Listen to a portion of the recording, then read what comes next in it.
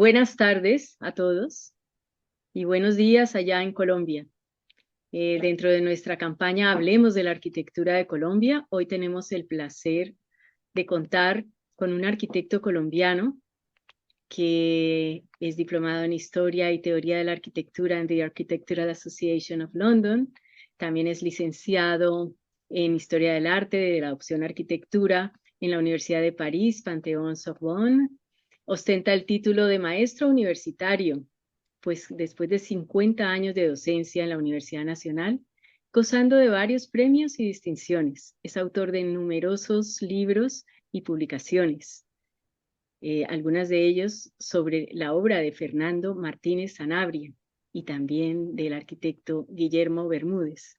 Y también tiene otros importantes publicaciones que han sido objeto de premiaciones en las bienales de la Sociedad Colombiana de Arquitectos, como por ejemplo Arquitectura y Estado en 1990. Como también fueron premiados pues, en otras bienales, otras publicaciones como La Carrera de la Modernidad, y además, bueno, goza de esta facilidad de haber hecho tantos escritos, entrevistas, publicaciones.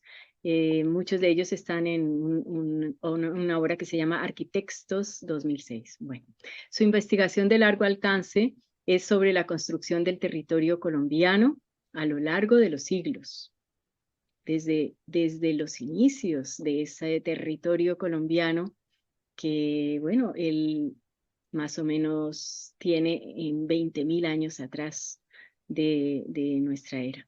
Sobre su ejercicio profesional, pues podemos destacar que es arquitecto, urbanista, tiene mucha gestión en todo lo que ha sido el desarrollo urbano de la capital de Colombia, Bogotá, también y de sus alrededores, y ha sido consultor de muchas entidades relacionadas con la cultura, con el patrimonio histórico colombiano. Bueno, hoy vamos a hablar con él de la obra del arquitecto Fernando Martínez Sanabria, un importante arquitecto nacido en Madrid, España, quien con su familia, siendo un niño, se desplazó a Colombia en 1938 y allá se formó como arquitecto y allá ejerció toda su obra arquitectónica. El arquitecto Carlos Niño Murcia nos va a deleitar hoy con esta conferencia y pues le damos la bienvenida, le invitamos siempre a que esté acá con nosotros desde España, porque sabemos de su gran pasión en el ejercicio de esta arquitectura, que hace de las conversaciones y de sus entrevistas realmente un placer, por contar él con tanta disciplina e investigación y estudios en esta maravillosa carrera. Buenos días, arquitecto Carlos Niño Murcia. Es usted bienvenido a esta campaña Hablemos de la Arquitectura de Colombia y le doy la palabra. Buenos días, Johanna, y buenos días a todos, arquitectos, colegas y gentes interesadas en la cultura, tanto en Colombia como en España.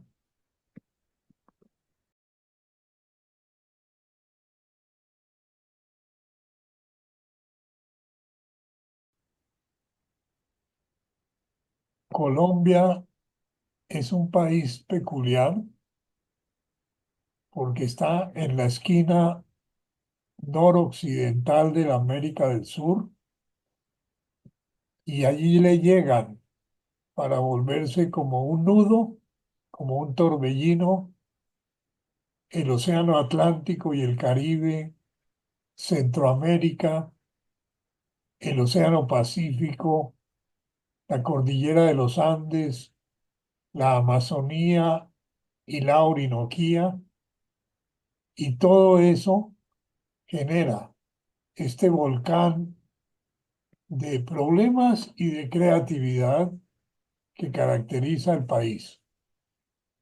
Nos interesa contrarrestar un poco la mala imagen que tiene el país por la violencia y el narcotráfico, pero también mostrar la cara positiva que es de grandes creadores. Hoy vamos a ver la arquitectura de Fernando Martínez Sanabria, algo que puede ser interesante para los españoles, pues él era español, nació en Madrid en marzo del 1925. Su padre, Fernando Martínez Dorrián, fue secretario del presidente de la República Española, Manuel Azaña, y ante la caída de la República, su familia debió salir de España en agosto del 36. Estuvieron en Francia hasta donde el presidente o el futuro presidente de Colombia, Eduardo Santos, los invitó a venir a Colombia, a donde llegaron en febrero de 1938. Cuentan sus amigos que era una mezcla de sangre española e irlandesa por su madre, y además acá se convirtió en un genuino colombiano y, como dice Alberto Salamea, su amigo, heredero de una triple intransigencia: irlandesa, española y colombiana. Llegó pues al país a los 13 años y nunca volvió a salir de Colombia, a pesar y no obstante la enorme cultura, la enorme información que tenía. Era un melómano conocedor de la música. Había leído y leía toda la literatura, sobre todo inglesa, francesa y rusa. Conocía de poesía, conocía muchísimo de arte y poseía una gran colección de arte, y, por supuesto, muchísimo de arquitectura. En esta imagen lo ven a la derecha con Marta Traba, una crítica argentina que vino a Colombia y fue figura fundamental en la adopción e instauración del arte moderno en el país. Y a la izquierda, en esa misma mesa, ven al pintor Fernando Botero, aún muy joven. Y a la derecha, Fernando Martínez, que perteneció a ese grupo de la vanguardia modernista en la cultura del país, y no fue un mero participante, sino un guía, una punta de lanza de ese grupo. A la izquierda ven al gran pintor Alejandro Obregón, también de ascendencia española, en este caso de Cataluña, y a la derecha ven la visita de Le Corbusier junto a Fernando Martínez, a Paul Lester-Wiener en el extremo derecho y otros arquitectos colombianos que estaban por hacer el plan regulador de Bogotá. Es impresionante ver cómo esta generación de los años 20 marcó la cultura y el arte en Colombia. Es posible que muchos de ustedes no reconozcan a la mayoría, pero créanme que son escritores, artistas y pensadores fundamentales para la historia de Colombia. Por supuesto, sí conocen a García Márquez, al pintor Alejandro Obregón, al escultor Edgar Negret, a Grau, a Félix Agustín, a los poetas Cote Lamus y eh, Jorge Gaitán, al creador de la emisora HJCK, la emisora de la cultura en Colombia, al gran poeta y crítico literario Fernando Charri Lara, a un escritor que ganó el premio Cervantes en España, Álvaro Mutis, poetas, escritores, artistas, el gran arquitecto Rogelio Salmona, el, Danilo Cruz Vélez, uno de los iniciadores de la filosofía en Colombia, eh, Rafael Escalona, el gran escritor de los vallenatos, la música del norte de Colombia, Héctor Rojas Erazo y Eduardo Ramírez Villamizar, otro escultor muy importante. Fernando Martínez tenía 13 13 cualidades que difícilmente confluyen en una sola persona. Tenía una capacidad de dibujo fuera de serie, Todos los arquitectos dibujamos, pero hay unos que tienen gran capacidad. Tenía una personalidad muy fuerte, arrolladora, muy amistosa con sus amigos, muy dura con sus enemigos y además, también hay que decirlo, tenía mucho dinero por herencia de sus padres. Entró a la Universidad Nacional y allí se graduó en 1947 y ya en 1948 en el puerto de Tumaco, sobre el Pacífico Sur de Colombia, hicieron un plan general con asistencia de Wiener y CERT luego del incendio de la ciudad el año anterior.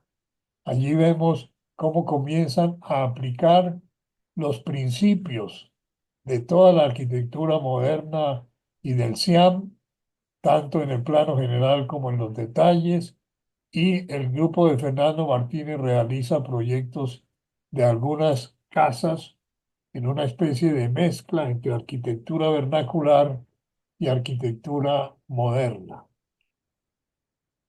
Hay una primera etapa en donde vemos hay arquitectura racionalista. Si por ella comprendemos esta arquitectura de prismas rectos, superficies blancas, ventanas algunas veces continuas de lado a lado, otras veces muy enmarcadas, y unas plantas que muestran una funcionalidad estricta y rigurosa. Esas casas hoy están absolutamente deformadas, pero es indudable la calidad inicial que ellas tuvieron, el uso de concretos, de ventanas enmarcadas, de ventanas elevadas y plantas rigurosamente distribuidas.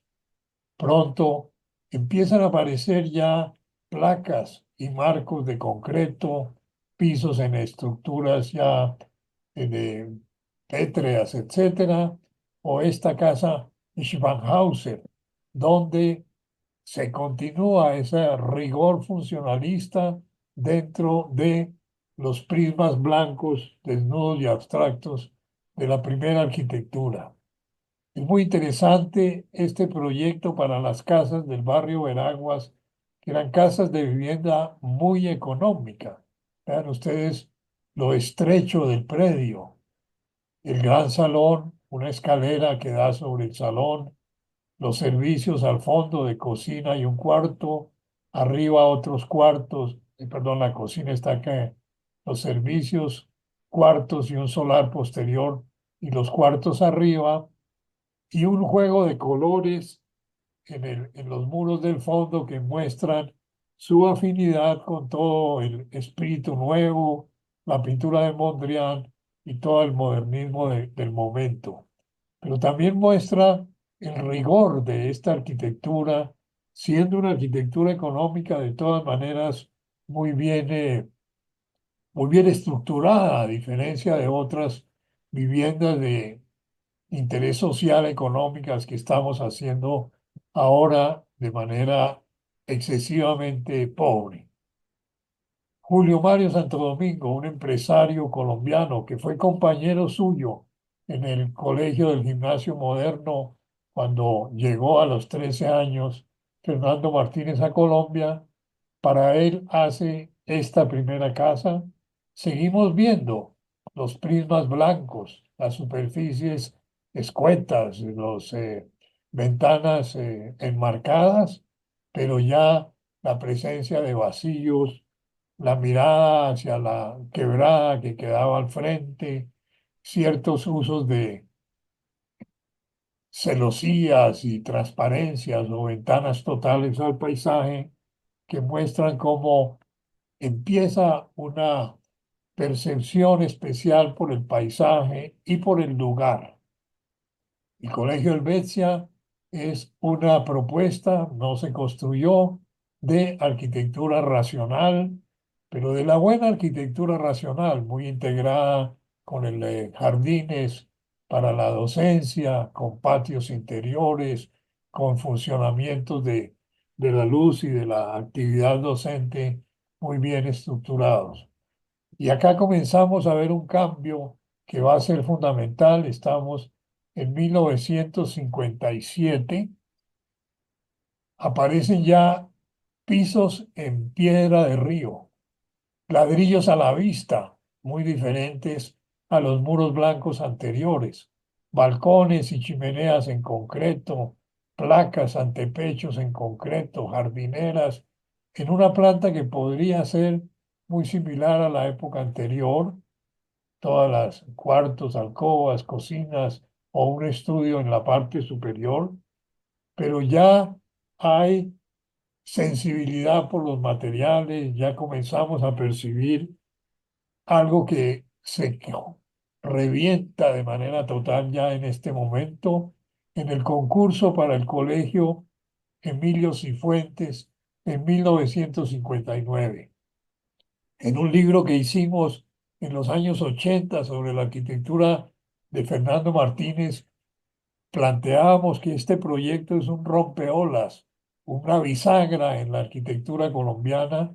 Es un colegio frente a unas rocas monumentales donde los indígenas precolombinos tenían refugios y sitios de adoración para enfrentarse en el predio ante esas piedras monumentales. Aparecen ya no prismas rectos, sino volúmenes diferentes con ejes que pertenecen a visuales o a espacios interiores que quiere ir enmarcando. O sea, ya se manifiesta de lleno la intención de relacionarse con el lugar, de meter el paisaje dentro de la arquitectura, en los refectorios, en las aulas, en los auditorios, y de crear como esta arquitectura del lugar que va a ser una de las características de la arquitectura colombiana y sobre todo de la arquitectura bogotana. En este año 1959, año del concurso, llega a Colombia Rogelio Salmona después de estar 8 años en París en el estudio de Le Corbusier y siguiendo los cursos en la Sorbona de Francastel, la sociología del arte, la relación entre la expresión artística y los lugares y las sociedades que producen esos artes. Acá ven la monumentalidad de las montañas, pero sobre todo esa nueva arquitectura que Rogelio Salmona reconoce en un artículo que publica ese mismo año en la revista Semana, viendo las cualidades, las relaciones con Wright, las relaciones con el organicismo, con Álvar Alto, y que se convierte luego prácticamente en la carta de vuelo de lo que hará en los siguientes 60 años el arquitecto Rogelio Salmona. Les decía yo que hay una capacidad de dibujo en la obra de Fernando Martínez, inclusive en dibujos ya de tipo artísticos, pero es tan extensa la obra de arquitectura que de arte hoy no voy a hablar. Siempre ha sido peculiar la práctica artística de los arquitectos. Estas son las conocidas esculturas de Le Corbusier que realizara con Sabina en madera. Estos son los dibujos de Mies van der Rohe y el diseño industrial en la famosa Silla Barcelona. Estas son las producciones de Alvar Aalto, que entre paréntesis les digo, la influencia de Le Corbusier en la arquitectura colombiana es muy, pero muy fuerte. Pero la mayor influencia que ha tenido la arquitectura colombiana es la obra de Alvar Aalto. Peculiar, curioso, ¿no? Como un arquitecto de la Finlandia nórdica puede influir en estas dimensiones tropicales, pero era en su afán de superar el esquematismo del estilo internacional, de conocer las condiciones del lugar, que también venía desde comienzos del siglo trabajando Wright, rompiendo la caja, creando este centro de la chimenea, con los materiales a la vista, con los juegos de luz, arquitectos que voy a ver muy, muy de pasada, porque ya ustedes lo conocen y porque no es el tema de hoy. Conocidísima la relación de la casa de la cascada con el paisaje y con el mismo curso de agua, la presencia de materiales, de piedras, inclusive piedras que quedan en el salón sin tallar, sin esculpir, o la obra de Alvarado.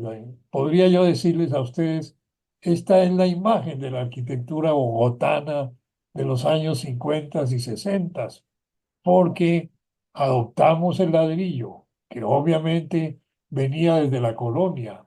Ladrillo ya había sido la arquitectura inglesa que se hizo en Bogotá, arquitectura Tudor con grandes maestros del ladrillo, pero también la presencia de la madera, la integración con el paisaje y toda esa relación telúrica que caracteriza la arquitectura nórdica en el auditorio de Saint-Nazzalo, los juegos de la cercha de maderas, como nos cuenta Kenneth Frampton, el cambio táctil entre unas superficies en ladrillo, en las circulaciones, y unas superficies en madera, toda esta presencia de los materiales, de las manos que miran, de los ojos que tocan, que Juhani Palasma nos ha elaborado posteriormente de una manera magistral. Van a encontrar ustedes en Fernando Martínez este juego por que fluyan los espacios, que sean más allá de formas geométricas puras, pero que tengan acústica, que tengan visibilidad, que tengan función, que no sean meros caprichos. El mismo autor, Corbusier, que había hecho esos primeros racionalistas, como la casa, la Villa Savoy, también cambia después en el Carpenter Center con estas rampas que penetran el edificio con estructuras de concreto y con plantas libres que no vamos a profundizar hoy.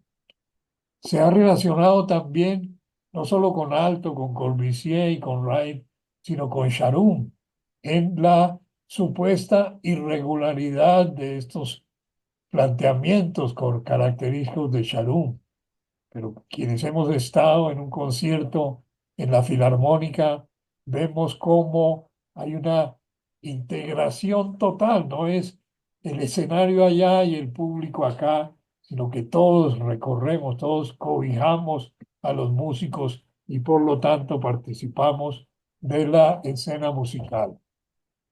Pero conversé mucho con él, tuve el enorme privilegio de que prácticamente fuera mi profesor de historia de la arquitectura y algún día me dijo, ¿usted ha leído el libro de Portoghesi de Borromini? La, la obra maravillosa, extensa, que tiene planos, dibujos, fotografías de sus obras, pero sobre todo los dibujos del más grande arquitecto que ha pisado el planeta Tierra, en mi opinión. Fernando Martínez fue quien me lo introdujo, me dijo, léalo y cuando haya terminado viene y hablamos. Al regresar me explicaba la fluidez espacial, las características tectónicas, todo lo que es ese grandísimo arquitecto que es Borromini. Pero también me explicaba la obra de Miguel Ángel, que hemos conocido más como escultor y como pintor, pero que es una bisagra entre el Renacimiento clásico y el Barroco, una obra que se inserta en el lenguaje del clasicismo, haciendo cambios, haciendo violencias, no meramente superficiales, sino con espacios que generan estrecheces, amplitudes. Este proyecto para la Plaza del Campidoglio es majestuoso, seguro los arquitectos españoles lo conocen mejor que nosotros, pero que es gran obra de Miguel Ángel, o el juego espacial del Ricetto, de la Biblioteca Laurenciana, donde uno siente una tensión vertical y unos juegos lingüísticos tremendos, pero para después pasar a la horizontalidad del espacio ya de la biblioteca propiamente dicha, o las columnas inclinadas en la capilla de la iglesia, o estas esculturas inconclusas donde parece el ser humano estar como preso en medio de unas piedras todavía no completamente talladas, y esa expresividad del espacio que buscara Miguel Ángel. Volvemos entonces a Fernando Martínez después de el concurso del Emilio Cifuentes de 1959. Les había hablado de su amistad con Alberto Zalamea y Marta Traba. Esta es la casa para ellos.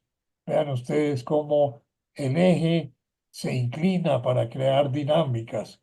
Las escaleras, los vacíos siguen ese eje. Hay momentos en que hay unos vacíos al primer piso, en que hay muros que conforman una banca en el salón, pero crean una dinámica para el acceso. Todo dentro de una arquitectura muy moderna, pero también con todas estas expresividades. Ya ustedes estarán haciendo relaciones con las terrazas de la Villa Stein, de Le Corbusier, con juegos de balcones, con presencias de mucha arquitectura de ladrillo en Holanda o en Alemania. Comenzamos entonces con las obras de los 60 que son realmente excepcionales. La Casa Ochoa, lo primero que llama la atención es cómo la distribuye. Hacia la calle pone el patio de las ropas y la cocina y los servicios. Más adentro ya el comedor mirando a un jardín privado. Lo ven en esta imagen.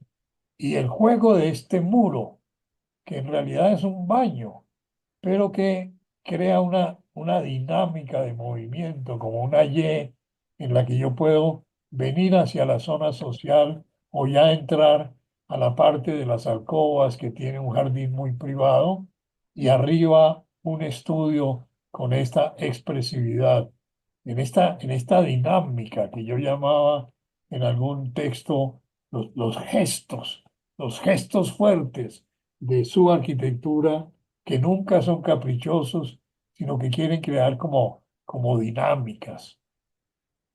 Acá pongo la planta del Sanatorio de Paimio de Alvaralto y como, por ejemplo, el gran cuerpo de las habitaciones, el acceso y este auditorio no están paralelos, sino que están dispuestos con una apertura más allá del ortogonal y que genera como esta sensación de llegada, de bienvenida, y esas sensaciones que están en Alvaralto, que están en Borromini, que están en Miguel Ángel, es lo que él adopta y trata de buscar en todas estas casas. La casa húngara, un librero judío austríaco que llegó a Colombia con la expulsión de los judíos en Alemania, tiene el aprovechamiento de la forma abierta del lote, pero también de la montaña y su pendiente. Entonces, yo entro por la parte baja, tomo esta escalera, una escalera que se va abriendo a medida que sube, como una escalera borrominiana, que tiene un gran ventanal, lo ven a la izquierda, abierto hacia el jardín y la montaña, pero ¿dónde puedo tomar? Hacia la izquierda la biblioteca de Lungar, un librero, hacia la derecha una rampa caballera que me lleva al comedor, por donde he estado mirando el salón y me devuelvo para subir a las habitaciones. Estas tensiones, estos movimientos, este recorrido de promenada arquitectural es lo que trato de mostrarles en estas diapositivas, ¿no? He subido por aquella escalera, he tomado la rampa caballera donde miro hacia el salón y hacia el jardín y tomo la escalera ya de escalones normales para subir a las habitaciones en unas tensiones, en unas visiones espaciales. lo aplica también en los edificios de varios pisos y de apartamentos. Me interesa mostrarles cómo, por ejemplo, este curva, que no es otra cosa que una alacena de la cocina, de todas maneras crea como una especie de bisagra, de acelerador. Estaría aquí en primer plano antes de entrar al salón y a las terrazas que están en la parte posterior. De resto son elementos muy regulares, como los que vimos en las primeras casas, pero con unos balcones muy, pero muy interesantes que los ven aquí en la fachada. Hay unos hacia la calle, hay otros hacia el exterior, y siempre como esta búsqueda de espacios. Estas son estos balcones, terrazas. Miren ustedes cómo se comunican más o menos sin que haya paso. Tienen todo el mobiliario de una terraza y un rigor que a veces está contenido y a veces es, llamémoslo albaraltiano, como en esta pérgola que recibe a los visitantes. Esta es otra casa que está enseguida, la casa Ogliastri. Para sus padres y para sí mismo hace estos dos edificios. En el año 57, esta primera etapa, la escalera exenta, los espacios con algunos vacíos y espacios trapezoidales que hemos visto le interesan mucho, balcones hacia la vista, una vista de la sabana de Bogotá absolutamente espectacular y extensa de 200 kilómetros, de 100 kilómetros, perdón, y luego hace este segundo edificio y él se instala en el último piso de los dos edificios. Este sería el salón que corresponde a esta parte y esta la parte ya más de comedor y del estudio que está en esta parte.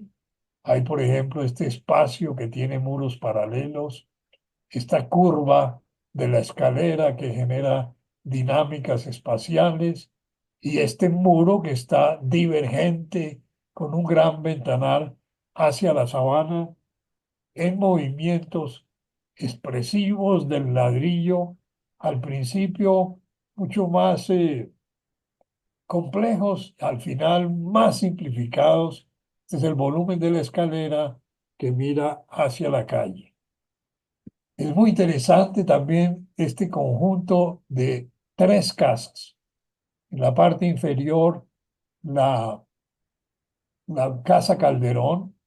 Sigo subiendo por la montaña y encuentro dos casas para los hermanos Hernando y Enrique Santos, los directores del periódico El Tiempo, el periódico más importante de Colombia, y finalmente la casa Wilkie en la parte de arriba. Fíjense cómo estos dos gemelos crean un vacío para permitir el vacío y la vista del salón superior de la casa Wilkie. Fíjense ustedes cómo hay una gran curva ascendente en la vía, que es lo que él tiene aquí en la casa Calderón. Esta es la del medio, las dos casas gemelas, y esta es la casa final, la casa Wilkie. La casa Calderón es el andén que entra a la casa. Hay un salón con una gran terraza de muros divergentes, como abriéndose, entregándose a la vista de la sabana. Ahí la ven al fondo. Tiene el comedor, quizás una forma un poquito complicada. Cuando yo me meto a hacer plantas así complejas, sin duda me dan espacios un poco extraños como esta esquina, pero lo que interesa es ver la dinámica de esta planimetría. Sin bajar al salón, entro al estudio que tiene esta punta, una punta que se dirige ya a mirar a los cerros que la ven en esta fotografía. Y cuando yo hago curvas en un proyecto, generalmente hago una cubierta plana para evitarme problemas. Acá las cubiertas son inclinadas.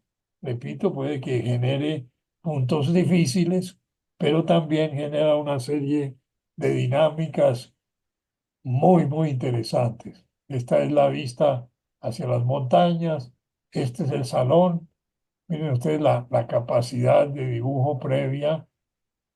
Acá bajaba del hall, entraba al comedor o veo la baranda del estudio en la parte superior y ese cuerpo central, este de la escalera y las entradas, pues genera una serie de puntos, de curvas, de cruces inéditos muy importantes. Este es el gran ventanal de la punta que se dirige hacia los cerros y hacia el sol de la mañana. Este es el acceso desde la parte superior, también se ve acá, y estas son diversas visuales de la misma casa. Las que siguen eran las casas de los santos.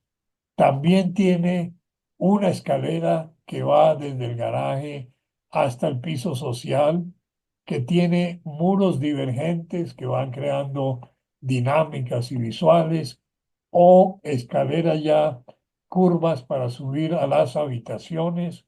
Esta vez es en ladrillo exterior, adentro de revoque blanco, colecciones de arte y de nuevo la capacidad excepcional de dibujo que tenía en el momento del proyecto.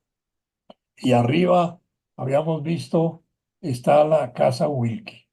La casa Wilkie, entro y tengo los salones en muros divergentes hacia la sabana y sigo al comedor en muros convergentes hacia la vista, los servicios, el segundo piso de las habitaciones y cómo esa arquitectura está hecha con superficies muy sencillas, pero que con la cubierta inclinada como esta especie de volumen montañoso a la entrada o estas tres habitaciones. Yo cuando veo esto pienso como en el discóbolo griego, lanzando esos discos hacia la sabana. Aquí alcanzan ustedes a percibir la dimensión, una sabana que tiene 450.000 hectáreas de tierra plana. Desgraciadamente hoy la estamos llenando de cemento y construcciones, pero que en los años 60 todavía estaba bastante libre. Y de nuevo, la capacidad de dibujo en el momento de hacer el proyecto y dos pinturas de su gran amigo Alejandro Obregón, y yo creo que siendo dos manifestaciones muy diferentes, pintura y arquitectura, hay este afán en estas eh, trazos bravíos de Obregón en las espacialidades de Fernando Martínez, que como les había dicho al principio, pertenecían al mismo grupo cultural de adoptar y desarrollar las ideas del arte, de la pintura, de la escultura, de la literatura modernas en nuestro país. Junto con Guillermo Bermúdez, otro de los grandes arquitectos colombianos, está la Facultad de Economía. Fíjense ustedes cómo aparecen elementos curvos que habíamos visto en el edificio Giraldo, muros divergentes que miran hacia el patio interior, que llegan a dos auditorios que pueden dividirse o integrarse, que llevan por un corredor a diferentes aulas que tienen una serie de dispositivos en las ventanas para controlar sobre todo el sol de la tarde que viene en esta imagen de arriba, no tanto el sol de la mañana que es más aceptable en Bogotá. En el centro está la biblioteca frente a este patio, pero todo está lleno de tensiones, de curvas, de continuidades, de luces y contrastes. Miren ustedes la maravilla que es esta fachada de la biblioteca frente al patio, el estudio planimétrico que tuvo esa, ese juego de ladrillo, donde seguramente hubo mucho aporte de Guillermo Bermúdez. Y lo ven las ventanas de la biblioteca, esa sería la luz sur que genera estas penumbras. La foto es más oscura de lo que es la realidad de la biblioteca, donde se puede leer sin luz, como todo arquitecto debe lograr en una biblioteca. Seguimos ya un lenguaje que ustedes comienzan a reconocer. Lo habían visto antes en la Facultad de Economía. Este es un centro infantil rural en el campo de Sesquilé, con un auditorio abierto hacia el patio, unas instalaciones de dirección y servicios y unas aulas. Está abandonado. Esta fotografía mía está llena de estiércol de oveja y de vegetación, porque estaba abandonado cuando lo visité, pero era este juego elíptico de cilindros que se van sucediendo alrededor de la luz del patio. A veces se podría decir que llega como a la complejidad ya, a lo sharum de los diversos elementos, pero lo que está buscando es que la zona de educación, que el auditorio, que el refectorio y los servicios de los estudiantes o los dormitorios siempre tengan lo que habíamos visto desde el concurso Emilio Cifuentes, o sea, formas que se adapten al terreno, que hablen con el paisaje, que dirijan las luces convenientes o eviten las luces no necesarias o inconvenientes, como el sol de la tarde en una aula de clase. Otro proyecto muy importante es la Caja Agraria en Barranquilla. Barranquilla queda en el litoral norte, o sea, sobre el nivel del mar. El clima es tremendamente ardiente y tropical.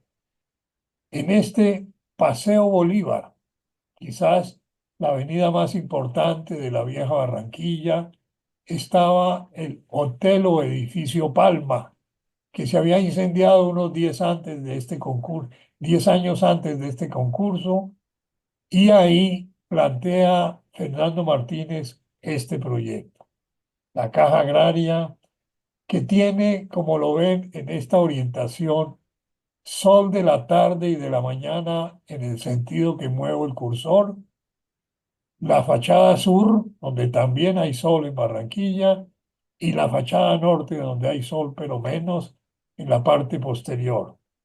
Lo que hace él es trabajar con este eje, que también lo pongo aquí en la planta urbana, la llegada del Paseo Bolívar, dos alas de oficinas, un banco en la parte inferior, un patio y juegos con los baños y las escaleras que ya comienzan a reconocer como muy propios de su arquitectura. En Barranquilla, que es una latitud más o menos 7 grados norte, el sol se inclina hasta este punto rojo en el norte, o sea, en julio, cuando Europa está en verano, y hacia el sur mucho más cuando Chile está en verano, y por eso surgen estos parasoles enormes en concreto para evitar ese asoleación del sur o más aún la asoleación de la mañana. Esta es la fachada oriental.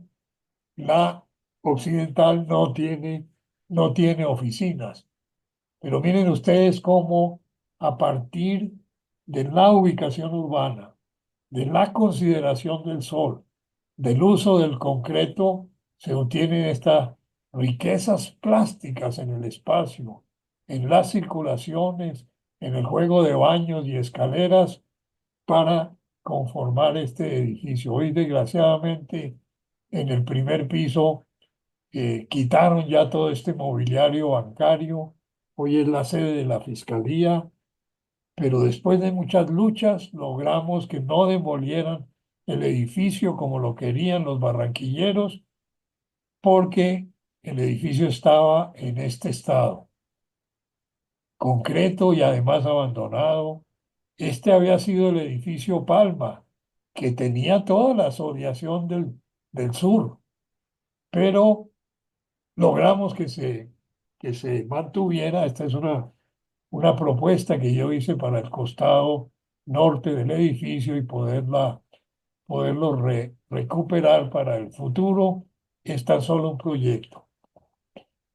El concurso de Avianca en el año 63 lo hace con Rogelio Salmona. No ganaron, ganó la Torre de Avianca de Guerra Sáenz y Samper, es frente a la Plaza de Santander, las curvas, algunos juegos estructurales quizás demasiado atrevidos, casi en abanico de las vigas que sostenían estas cubiertas, pero las plantas siempre tenían la intención de las visuales, las asociaciones, etcétera. Siempre yo muestro este esquema del edificio de Avianca, porque ahí ven ustedes la capacidad proyectual de él. Obviamente, uno no hace estos dibujos el primer día, sino después de mucho pensar en el timón del carro o en la almohada, cómo va a resolver el proyecto y en algún momento lo plasma en este dibujo que después comienza ya a elaborarse para llegar a las medidas y a los espacios necesarios. También con Rogelio Salmona hacen este proyecto para el edificio de la torre del Hotel Hilton. En ese momento era edificio para la policía. Ha sido menos bien comprendido, pero las enchapes en cerámica, los juegos de balcones, buscaban toda esa relación con el paisaje y con Bogotá que les he tratado de explicar. Para San Sebastián, en España, participa en este concurso para el Cursal, mucho antes del proyecto que hiciera Moneo, el magnífico proyecto que hiciera Moneo en el mismo predio, pero ahí interesa cómo ya el expresionismo de las formas está llegando casi que a un culmen, ¿no?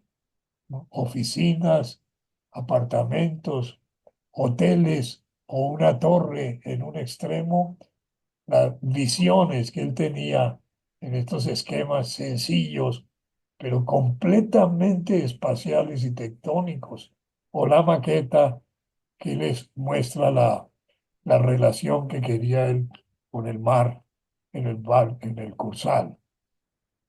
Acá en este dibujo quisiera yo callarme y que ustedes vieran esa capacidad de con unos trazos dibujar una torre, dibujar una plazoleta, dibujar una espacialidad que es lo que nos corresponde por medio del dibujo a los arquitectos. También es muy importante el proyecto para la Plaza de Bolívar. Miren por favor la imagen inferior, donde ven ustedes cómo era la plaza en los años 50. Tiene un enorme estacionamiento de autos, casi más de 2/3 partes de la plaza. Tiene un jardinado pequeño con unas jardineras menores y la estatua de Bolívar.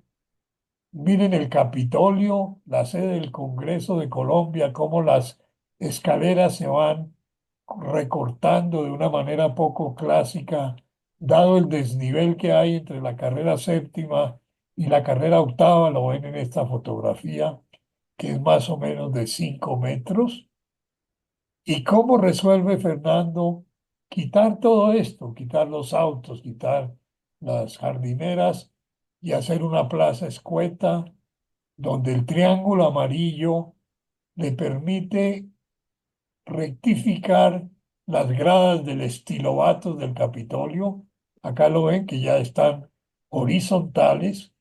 Este sería ese triángulo amarillo plano y de resto mediante superficies alabeadas, pero continuas, resuelvo la relación de 5 metros de altura entre la séptima y la octava. Mucha gente criticó que esta plaza fuera escueta, que no tuviera arbolitos ni bancas. Fernando decía, estoy haciendo el ágora de la nación, no de la ciudad. Y cuando muere, por ejemplo, Jaime Garzón, cuando hay manifestaciones públicas, que esta plaza se llena con 15.000 personas, pues ve uno la razón que le corría para dejarla de esta manera. Hay unas escalinatas para crear aquí una contrapendiente y que la plaza misma recoja las aguas antes de llegar a la octava. Ven ustedes que ya el Palacio Liébano, la sede del ayuntamiento, no está hundido. Si yo hubiera hecho la plaza plana a nivel de la carrera séptima, me daría a esta altura. Y por supuesto, el Capitolio, arquitectónicamente, el edificio más importante que ha hecho la arquitectura colombiana, una obra de Thomas Reed, de Cantini y de muchos arquitectos, una obra que se hace entre 1845 y 1925. Seguimos con Fernando Martínez, esta vez un concurso para una isla tropical donde vemos cómo de manera muy interesante se hace la zonificación.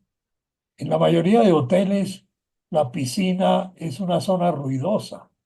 Acá hay un muro que separa el jardín privado y las habitaciones de el restaurante y la piscina en una arquitectura que quiere de manera integral ir viendo los diferentes espacios. Ya están ustedes armando un capítulo personal de sus perspectivas, de su manera de proyectar. Ya les hablé de la privacidad y el silencio en las habitaciones, aislado de la zona social y de cómo esta arquitectura va creando por sus pendientes terrazas propias para todas las habitaciones. Miren ustedes cómo dibuja estas gordas bronceándose al sol o en hamacas en gestos rápidos y poderosos.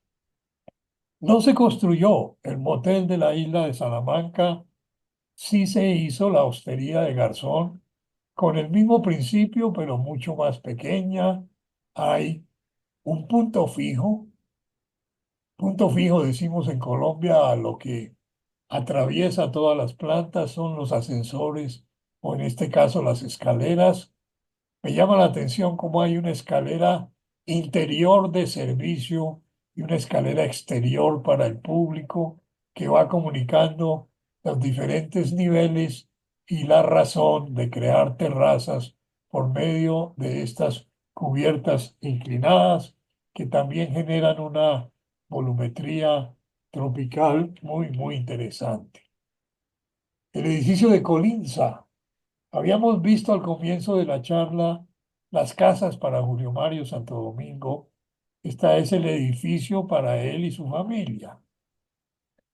Es un edificio que está en un punto donde yo tomo la carrera séptima, la avenida más importante de la ciudad, y tomo una Y en algún punto para subir hacia el municipio de La Calera, y en esa Y se ubica el edificio. Tiene un abanicado de habitaciones hacia la parte de la montaña para recibir el sol de la mañana y tiene unos salones en la parte occidental para mirar hacia la sabana, una obsesión que ya la vimos en todas las casas anteriores. Algunos dirán que es un capricho, yo digo que es una genialidad. Cuando llegó de Inglaterra el comedor, para el comedor de los Julio Mario Santo Domingo, no cabía y se le hizo esta ampliación. Esta es la terraza del salón, que tiene además una ventana alta, y esta es la terraza superior que vamos a ver a continuación. El espacio allá arriba, miren ustedes, hay un espacio monumental, miren la escala humana. Tiene hacia la parte posterior la iluminación, recuerdan las luces cenitales, por ejemplo, de Ronchamp, en el estudio, y hacia la sabana, la vista total. Él hablaba de cómo había tratado de traer esta luz, nos enseñaba cómo era el transparente en la Catedral de Toledo, donde, como ustedes lo saben mejor que yo, en el deambulatorio se abren estas luces cenitales en una de las bóvedas del deambulatorio para iluminar el transparente, donde está la hostia, que también por transparencia se ve en el altar y en la nave principal. El concurso para la Facultad de Arquitectura de la Universidad Nacional no fue el concurso ganador, pero repito, vuelven a ver ustedes esa manera de proyectar. Fernando Martínez fue el profesor del último curso de diseño de la Universidad Nacional durante 40 años. O sea, la impronta, todos hacíamos estos escalonados, estas luces cenitales, obviamente siguiendo sus enseñanzas, no solo docentes, sino prácticas. El edificio de Manizales, el edificio nacional, tampoco ganador, importantísimas estas visuales que ya reconocen ustedes, ¿no? Con tres trazas hacer el bar, con tres trazos hacer el auditorio o la sala de audiencias en una planimetría que ya comienzan a reconocer como propia. También está la biblioteca, un concurso para Teherán, donde nos explicaba, él quería sumergirse en la sabiduría sufi, sumergirse en la manera de las bóvedas y de las geometrías de la arquitectura árabe, esos espacios maravillosos que ustedes tienen en la Alhambra o en Zaragoza o donde quiera, en Córdoba, donde quiera que haya arquitectura árabe o mozárabe. Acá una propuesta que tampoco ganó, que eran bóvedas en concreto muy altas, recibiendo la luz positiva para estos grandes volúmenes de la biblioteca o de los auditorios o de el hall de acceso, con unos patios que van iluminando y creando salidas al exterior.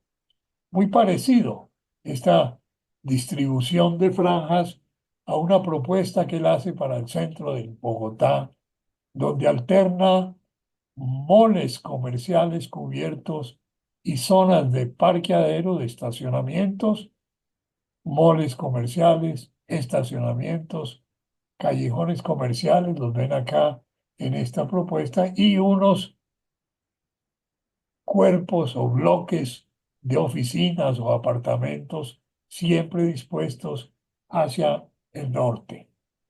Esa capacidad de dibujo lo llevó a tener unas exposiciones en el Museo de Arte Moderno de Bogotá de sus tintas y de sus acuarelas, algunas veces muy complejas, otras veces expresionistas.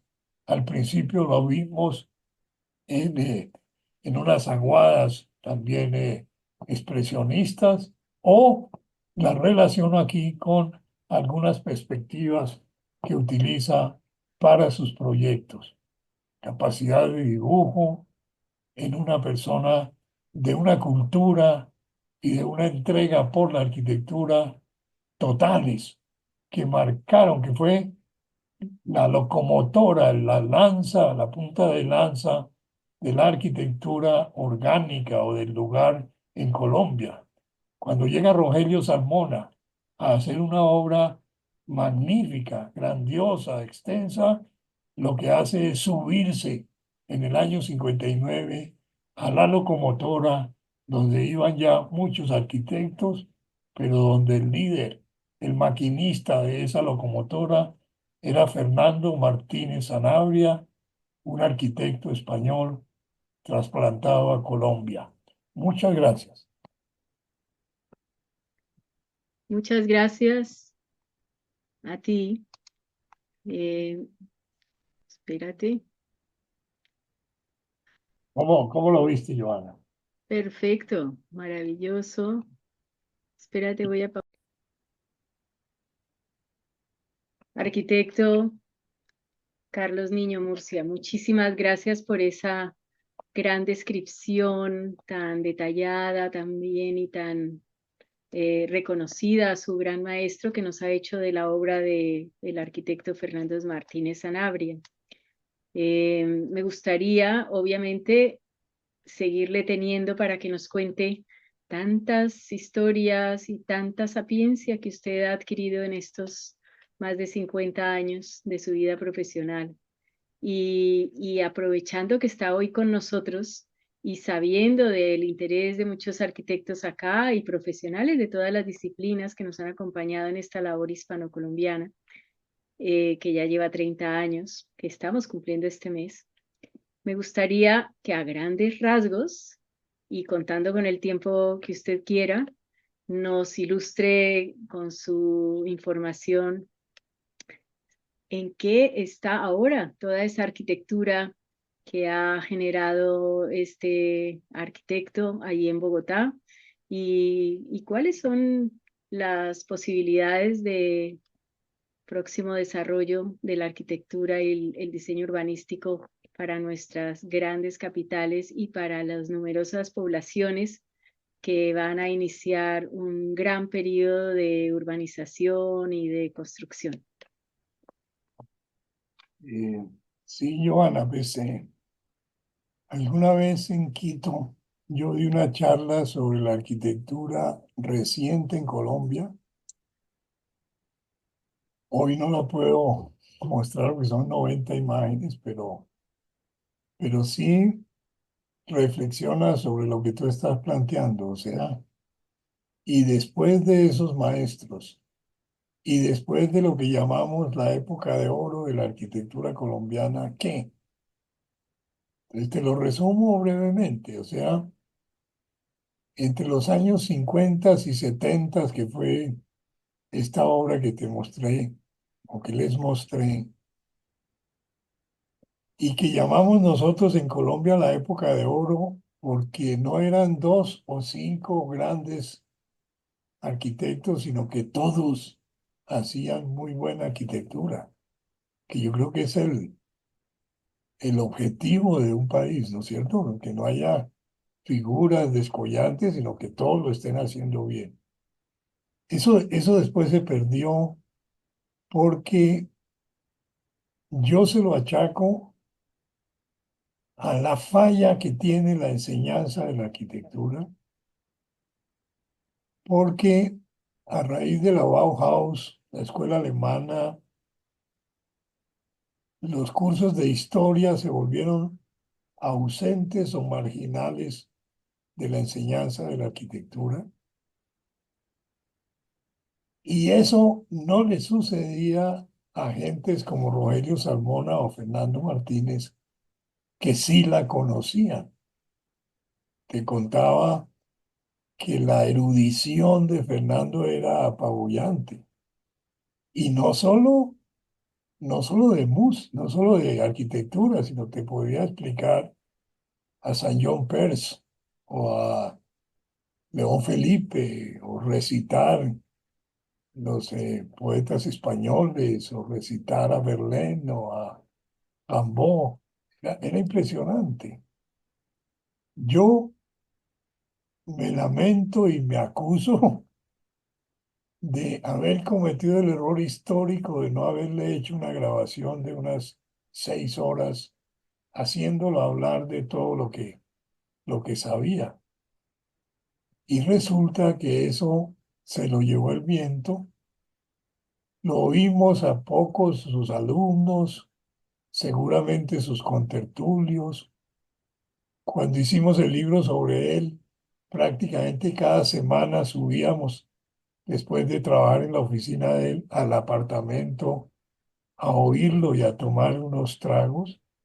Yo digo que hice un posgrado etílico con él y con Guillermo Bermúdez, pero no quedó nada de ese conocimiento y eso es una falla histórica.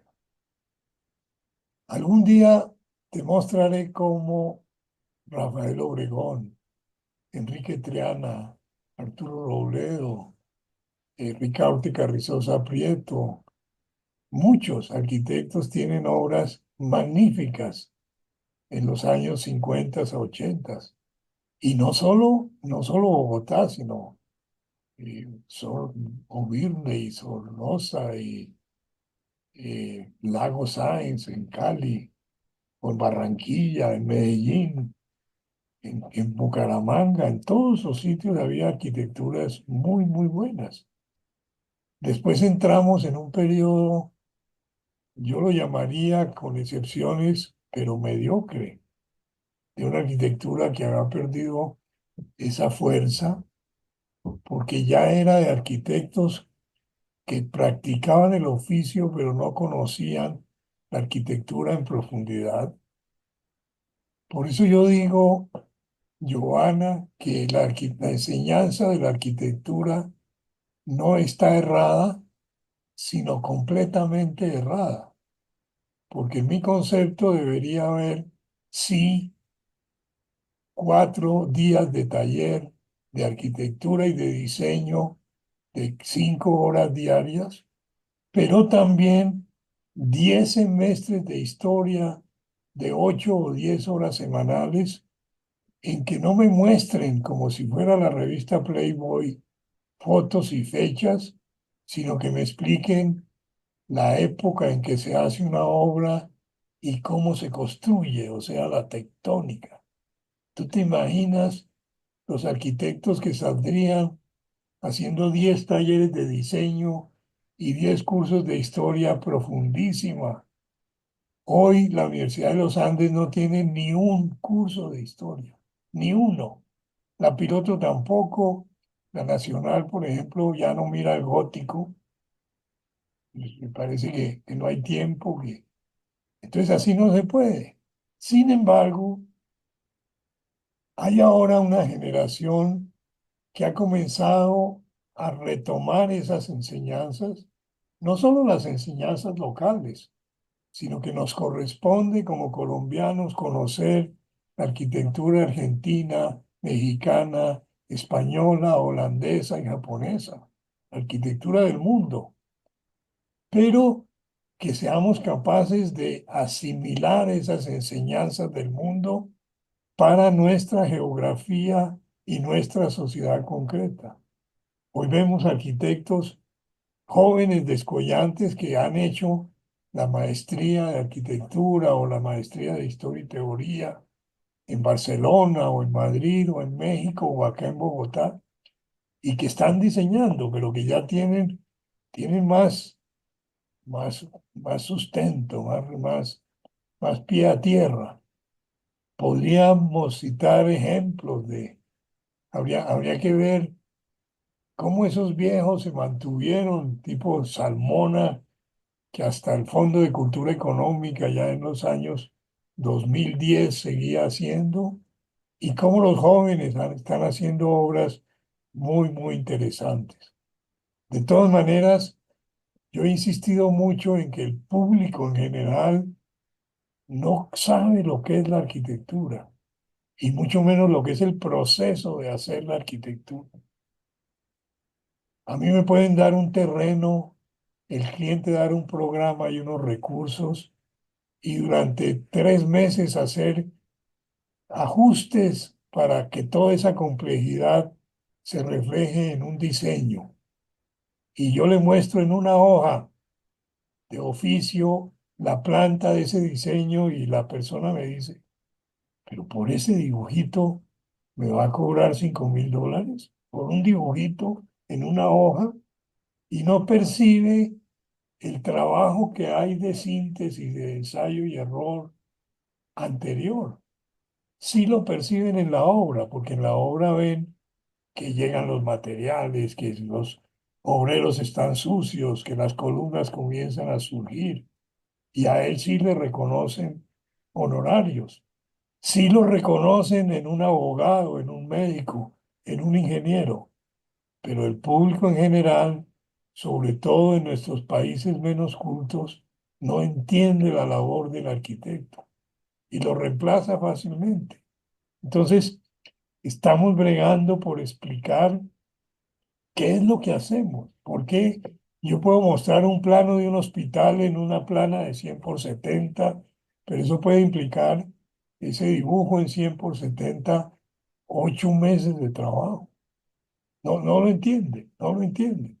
Nadie le dice a una médico, quítese de ahí, yo me corto y me saco el apéndice y luego coso, sino que cierro los ojos, dejo que me anestesien y que me opere.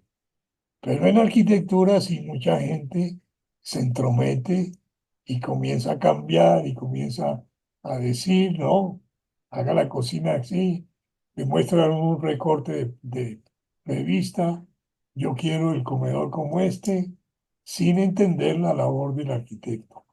Algún día vemos edificios interesantes, actuales, pero también muchísimo por hacer, muchísimo, porque como pasa en todos los países, la arquitectura comercial anodina es como el 90% y nosotros nos la pasamos viendo ese 10% de obras insignes, pero que no son lo que se hace en la generalidad.